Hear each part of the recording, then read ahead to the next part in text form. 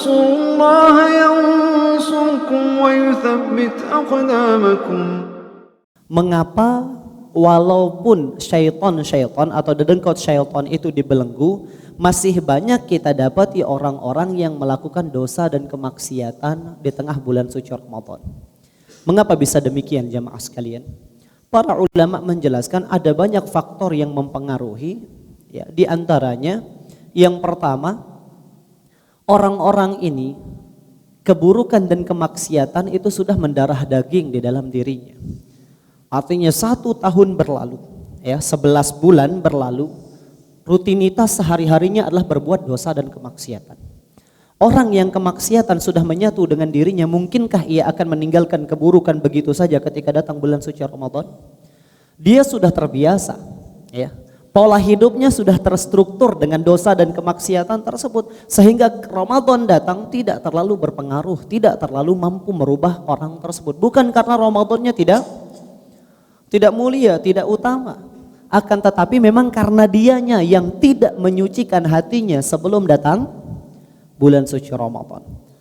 Oleh karena itu, ya, Al-Imam Amr bin Qais Al-Milahi beliau pernah berkata, tuba liman aslaha nafsahu qabla Ramadan. Beruntung orang-orang yang berusaha untuk memperbaiki jiwanya sebelum datangnya bulan suci Ramadan. Salah kita jamaah sekalian kalau kita beranggapan Ramadan adalah awal daripada kehidupan kita, perbaikan kita. Ramadan adalah saat di mana kita memetik hasil dari benih-benih yang telah kita semai sebelum bulan suci Ramadan. Bukan di mana tempat kita memulai cocok tanam kita. Karena jika kita tidak mengambil ancang-ancang, tidak mempersiapkan diri, tidak melakukan pemanasan di bulan suci Ramadan, maka mustahil kita akan mampu memaksimalkan ibadah kita di dalamnya.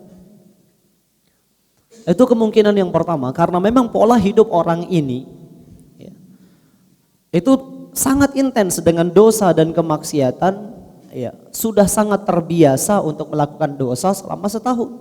Jadi Ramadan datang, ia belum mampu untuk merubah kebiasaan tersebut. Kemudian penjelasan yang kedua, kenapa masih banyak orang yang melakukan dosa dan kemaksiatan di bulan suci Ramadan, terkait dengan tafsiran hadis tersebut yang datang pada riwayat yang kedua yang telah kami sebutkan tadi, bahwasannya yang dibelenggu adalah pembesar syaitan, dedengkot yang memiliki kekuatan, yang memiliki pengaruh, itu yang dibelenggu. Yang lemahnya, yang kecilnya masih berkeliaran. Dan hadis ini menunjukkan betapa lemahnya keimanan orang-orang yang masih melakukan dosa dan kemaksiatan di dalam bulan suci Ramadan. Bahkan anak buahnya syaitan pun bisa menjadikan dia tergelincir dan terjerumus ke dalam pelanggaran. Artinya untuk membuat kita menyimpang tidak perlu dedengkotnya, tidak perlu ketuanya, cukup anak buahnya saja.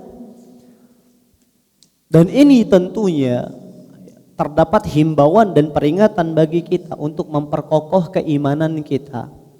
Jika di dalam bulan suci Ramadan yang segala macam kebaikan Allah Subhanahu wa taala mudahkan, kita masih kalah dengan musuh nyata kita, maka kapan kita harapkan diri kita akan meraih kemenangan jamaah sekalian?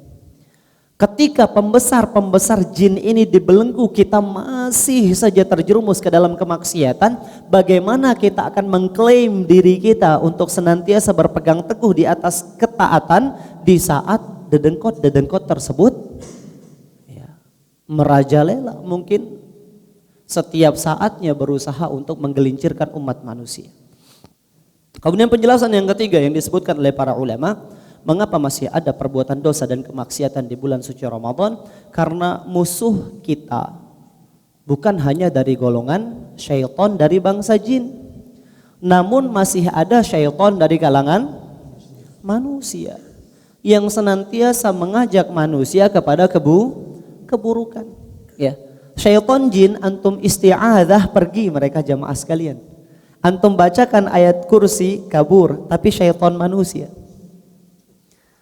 Ya, antum bacakan kepada dia isti'adzah, antum bacakan ayat kursi, diketok kepala antum. Ya, kamu kira saya setan katanya. Padahal memang benar dia setan. Karena sifat syaitan ini akan senantiasa menarik manusia dari jalan yang lurus, menjadikan mereka menyimpang, berpaling dari jalannya Allah Subhanahu wa taala, dari sunnahnya Nabi sallallahu alaihi wasallam.